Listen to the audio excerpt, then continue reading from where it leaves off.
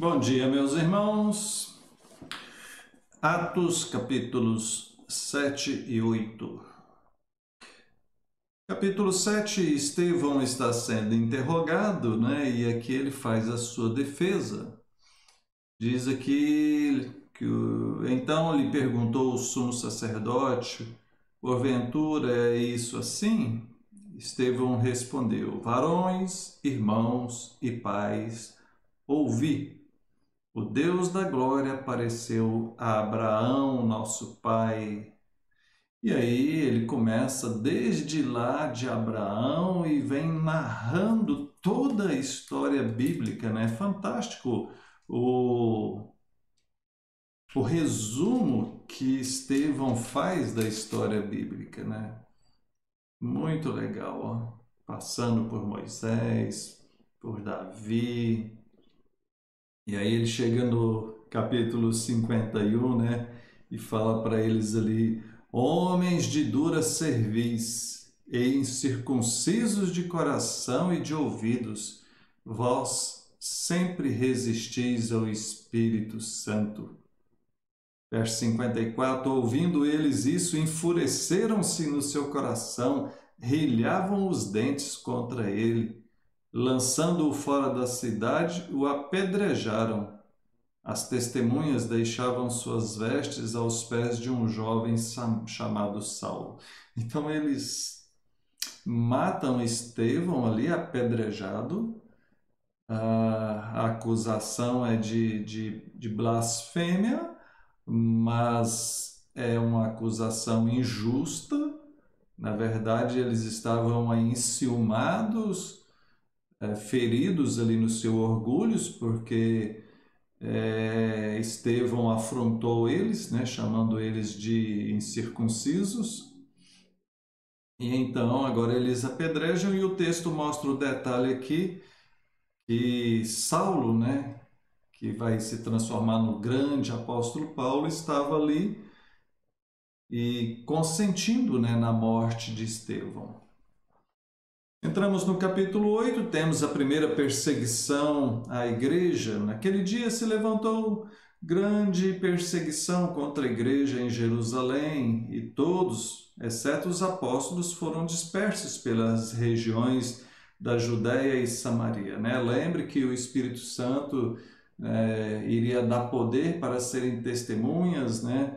Tanto na Judéia como Samaria e até os confins, né? Então aqui já estão indo para a Judéia e Samaria. Diz aqui, verso 3, Saulo, porém, assolava a igreja, entrando pelas casas e arrastando homens e mulheres, os prendia no cárcere. Então Saulo é o grande líder aqui na perseguição dos crentes naquela época. 4. Entre mentes, os que foram dispersos iam por toda parte pregando a palavra. Aí, esse é um aspecto que é, inclusive, muito dito, né, muito enfatizado pelos missionários. O fato de que os discípulos, por onde eles iam, eles pregavam. E assim devemos ser nós, por onde nós formos, né? Onde que nós moramos, onde trabalhamos, ou onde vamos passear, divertir, temos que lembrar de pregar a palavra de Deus. É assim que a palavra vai se expandindo, não é só através dos missionários, mas através de todos nós. Nós estamos sendo dispersos, nós estamos indo pelo mundo todo, né, para viver as nossas vidas, e assim, por onde formos, nós devemos falar. Então lembre-se, aonde você estiver, aonde você for, seja qual a ocasião, você é um embaixador de Cristo, você é um representante de Cristo, você é um cristão. Então pregue a palavra de Cristo por onde você for. O texto fala a respeito de Simão o mágico, verso 9. Havia certo homem chamado Simão que ali praticava a mágica. E aí, quando deram crédito a Filipe, que evangelizava, né? O Simão, esse mágico, né? Ele, diz o texto, abraçou a fé, ou seja, ele foi convertido e agora ele passa a fazer parte, diz que ele foi batizado e acompanhava Filipe de perto, observando extasiado os sinais e grandes milagres praticados. Verso 14: ouvindo os apóstolos que estavam em Jerusalém que Samaria recebeu a palavra de Deus, enviaram para lá Pedro e João. Esses desceram e tal, oraram com eles. E aí, olha só, o Simão, o mágico, né, que agora está convertido, ele observa aquilo e fica extasiado, né, e quer oferecer dinheiro para eles. Né? Ó, quanto vocês querem para me dar esse dom também, para quando eu orar com as pessoas, elas receberem o Espírito Santo? E aí diz aqui o verso 20 que Pedro respondeu: o teu dinheiro seja contigo para a perdição, pois está julgando adquirir por meio dele o dom de Deus. Não tens parte nem sorte nesse ministério, porque o teu coração não é reto diante de Deus. E ali Simão se arrepende, pede para eles orar por ele ali, pedindo que Deus o perdoe, né? O texto vai encerrar com a história de Filipe e o eunuco. É interessante essa história. Um anjo do Senhor falou a Filipe, dizendo: dispõe-te, vai para o lado do sul. Ele vai para lá e, chegando naquela região, estava passando uma caravana ali, um etíope, eunuco, era um alto oficial, né? E estava passando por ali. Né? E então o Filipe se aproxima dele e observa que ele está lendo as escrituras ali. Né? O que tinha, aliás, não tinha a Bíblia igual a gente tem hoje, mas tinha porções da escritura. E ele se aproxima dele e faz a seguinte pergunta, verso 30. Compreendes o que vens lendo? Ou seja, você compreende o que você está lendo?